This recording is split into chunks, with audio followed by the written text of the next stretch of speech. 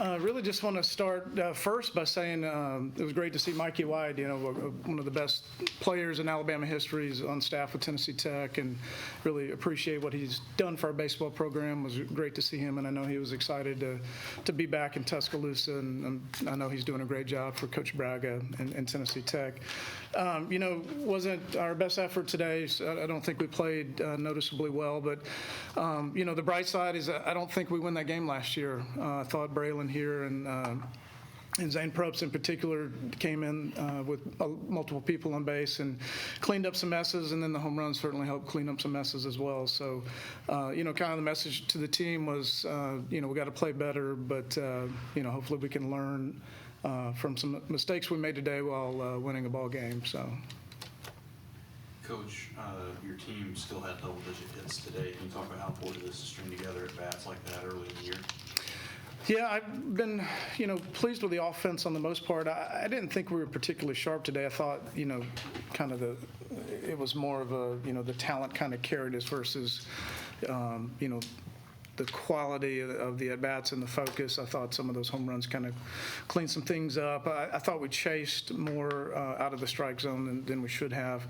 But, there are a lot of teams around the country that haven't scored, how many of our runs we scored through four games. So, I don't think anybody's playing their best at game 4. So I'm certainly not down on our club at all. I love our team. I think we got a chance to be really good, and I think there's a lot more growth there offensively going forward.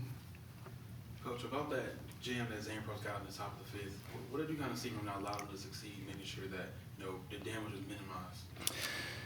Well, Zane's an older kid. This is his third year in college, and he pitched out of the pen a lot at Seton Hall and was a Cape All-Star. So I just, we have a lot of arm talent, and a lot of times early you don't want somebody's first college outing to be in a high leverage situation, or you try to ease them into it and those sort of things. So, Zane pitched on Sunday. He looked great. He didn't throw a lot of pitches, so I thought, hey, let's get him in here, match him up against those righties, and clean this up. And then we went right to Hagan. So that was big. That's hard to do. We tell all these kids that they come in, they want to be starting pitchers. They all do, and it is noticeably harder, I think, to pitch out of the bullpen than it is to start. You don't have time to ease into the game and find the flow of it. You got to have your best stuff right away, and that's what Zane did. Andrew, obviously Coach talked about today wasn't the best day, but what is it like when you do have the offense that can support you when the team isn't exactly clicking on all cylinders? Sure. I mean, we definitely have a lot of good hitters on the team, and I think definitely not putting together the best at-bats today definitely showed that, we can still win and not necessarily have the greatest day. So only thing we can really do is just take it a pitch at a time and not try and worry about the result. Just put together as many quality at-bats as we can, and the numbers will take care of itself. Braylon, you were able to get the save. Can you talk about how the innings you were able to throw today, how that's going to build your confidence going forward this year?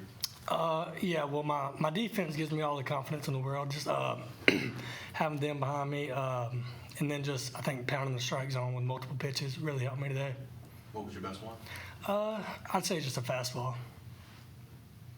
Braylon, what was your mindset coming into the game with the bases loaded with 1 out, with only leading by 2 runs?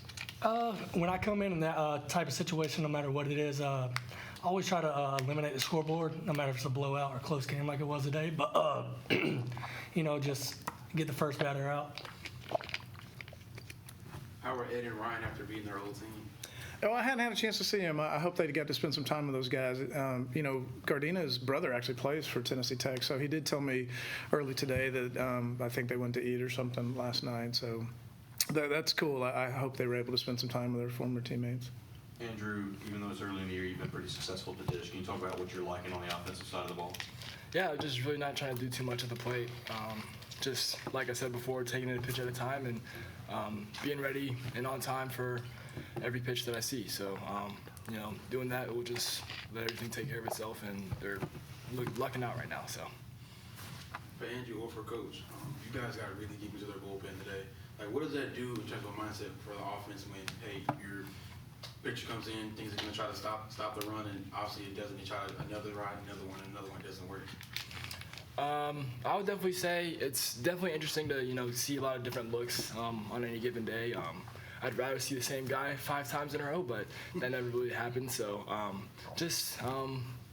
we have scouting reports and we know what to expect, and just using that to our advantage and trying to put together some good at-bats for our boys. Coach, what did you like out of your bullpen today? They came in and multiple guys, Braylon and Zane, and they got out of some tough spots. So what did you see out of your bullpen today?